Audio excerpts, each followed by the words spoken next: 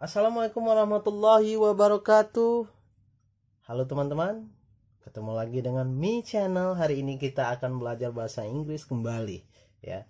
Tidak bosannya saya mengasih materi bahasa Inggris tiap hari, bisa jadi, atau seminggu 3 kali kepada teman-teman. Jangan lupa teman-teman untuk like and subscribe. Oke. Kalau kemarin teman-teman kita sudah tuntas mempelajari tentang materi bagaimana caranya membuat kalimat larangan. Kemudian kita juga sudah mempelajari tenses simple present. Hari ini kita lanjut kembali materi kita tentang mempelajari tenses present continuous. Apa sih present continuous itu dan apa sih fungsi dari present continuous itu sendiri? Untuk apa sebenarnya? Oke, sekarang teman-teman bisa perhatikan di papan tulis ini. Saya akan jelaskan secara detail tentang present continuous. Oke, teman-teman, present continuous ya. Present continuous, ya kan? Apa itu fungsinya? Fungsi dari present continuous ini adalah untuk menyatakan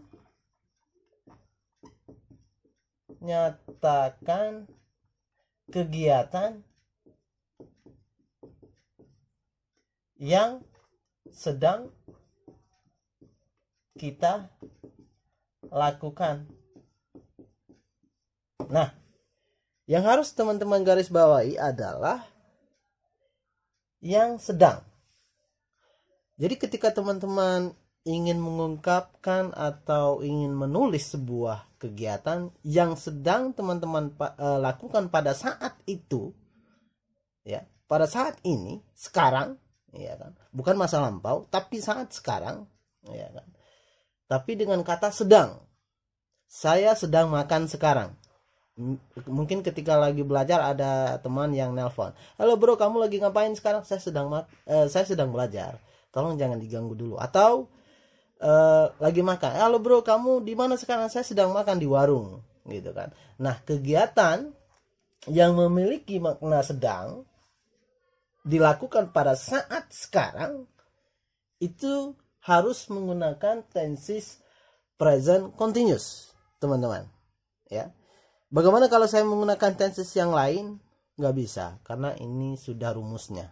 Oke, jadi kalau kegiatan yang sedang dilakukan pada saat sekarang harus menggunakan tenses present continuous. Oke. Yang kedua, fungsi dari tenses present continuous ini adalah untuk menyatakan perubahan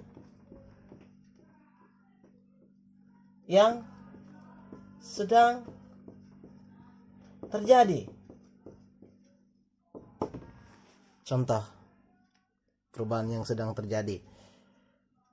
Dulu mungkin temanmu muda, pas kamu ketemu dia sekarang dia tua. Nah, kamu ingin menyatakan, bro, kamu sekarang tua ya. Ya, mungkin dulu temanmu ganteng atau cantik, sekarang nggak cantik lagi. Sekarang kamu kok jelek ya. Oke. Nah, ketika kita ingin menyatakan kegiatan seperti itu harus menggunakan tenses present continuous. Nah, ingat teman-teman ya.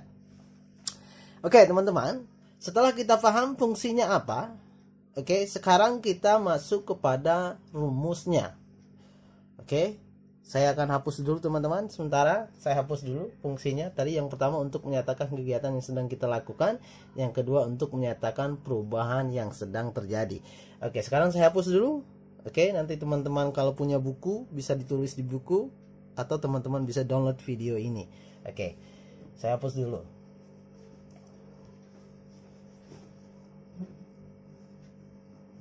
Nah, di dalam present continuous ini saya rasa rumusnya di sini sangat mudah ya teman-teman ya. Rumus sama seperti yang kita pelajari seperti tenses simple present kemarin, ada yang positif, ada yang negatif, juga ada yang interrogatif. Yang positif adalah untuk menyampaikan berita, negatif untuk menyatakan tidak, interrogatif adalah kalimat untuk bertanya. Dan rumusnya sendiri adalah yang pertama selalu didahului oleh subjek. Setelah subjek ditambah dengan kata kerja bentuk verb ing. Salah. Sorry. Didahului dengan to be. Oke. Kemudian setelah didahului oleh to be, ditambah lagi dengan verb ing. Setelah verb ing ditambah lagi dengan objek. Nah, simple bukan rumusnya teman-teman? Nah, kemudian untuk yang negatif adalah subjek. Kemudian ditambah lagi to be. To be ya. To be. Ditambah lagi not. Negatif ini selalu ada notnya ya teman-teman ya. Kemudian ditambah lagi di sini verb ing. Ditambah objek. Oke. Kemudian yang interrogatif di sini teman-teman ada to be di depan. Jadi to be itu selalu di depan kalau yang interrogatif, atau auxiliary selalu di depan. Ditambah subjek. Kemudian ditambah lagi verb ing. Ditambah lagi objek. Jangan lupa kasih tanda tanya. Nah, kemarin kan teman-teman sudah saya lihatkan sekilas tentang bentuk kata kerja. Kata kerja itu ada verb 1, ada verb 2, ada verb 3, ada verb ing. Nah, verb 1 misalkan go, artinya pergi. Verb 2 di sini went, artinya juga pergi. Kemudian verb 3 di sini gone, artinya juga pergi. Kemudian verb ing di sini going, artinya juga pergi teman-teman. Iya kan? Sama, iya kan? Akan tetapi di dalam tenses present continuous ini dia menggunakan kata kerja bentuk verb ing. Nah, sehingga verb 1 itu tidak kita pakai. Karena verb 1 kemarin dipakai untuk simple present. Verb 2 juga nggak dipakai di sini. Verb 3 juga nggak dipakai.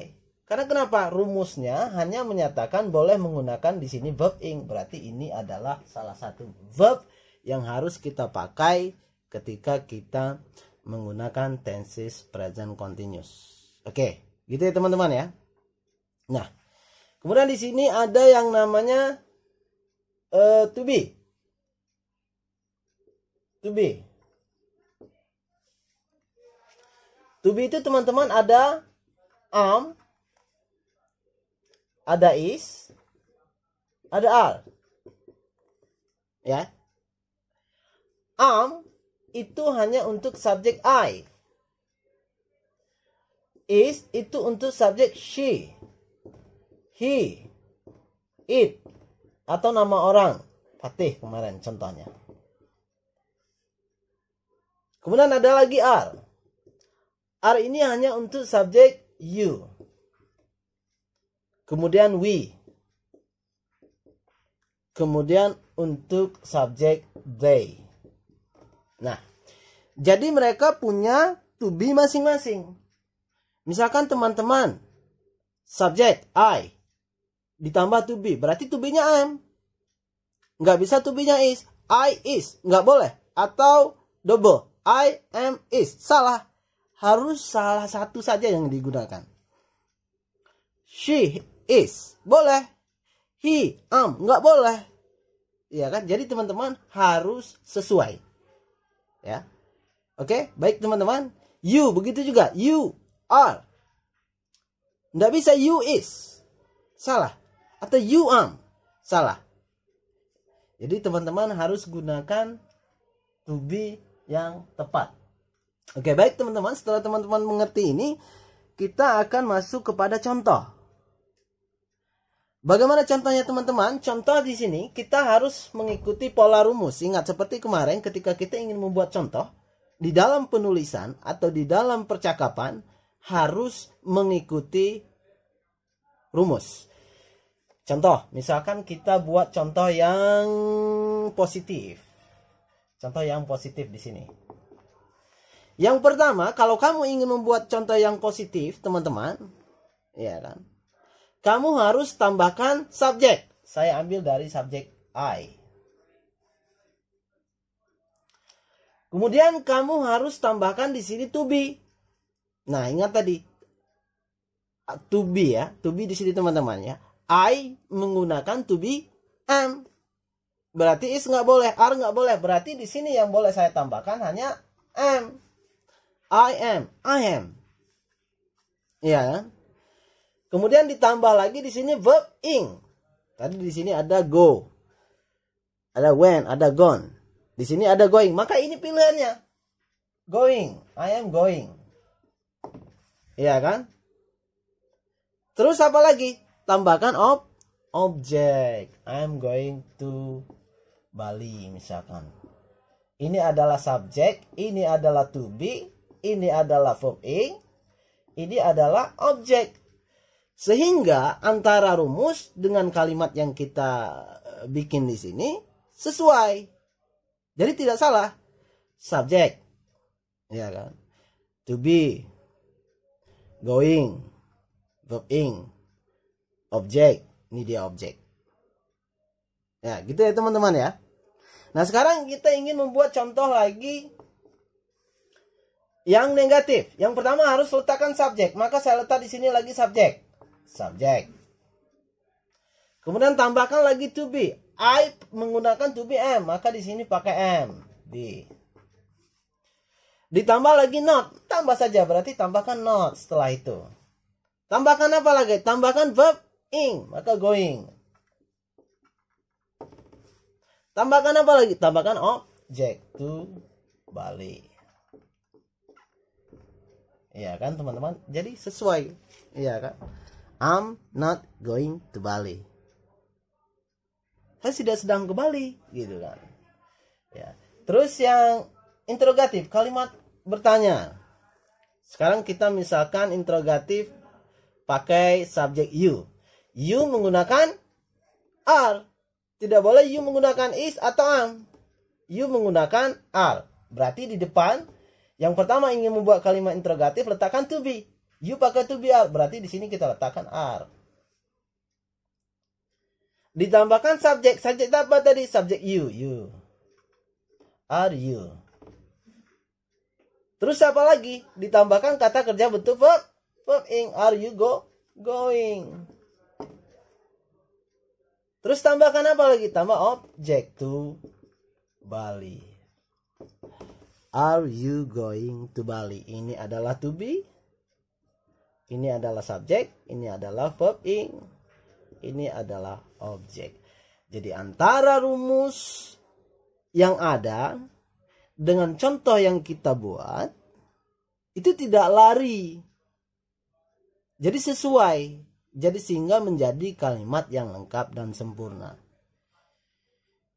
Jadi begitu teman-teman. Teman-teman bisa temui mungkin bisa cari di Google.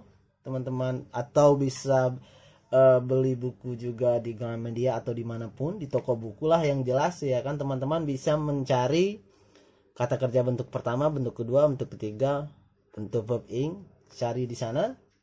Oke.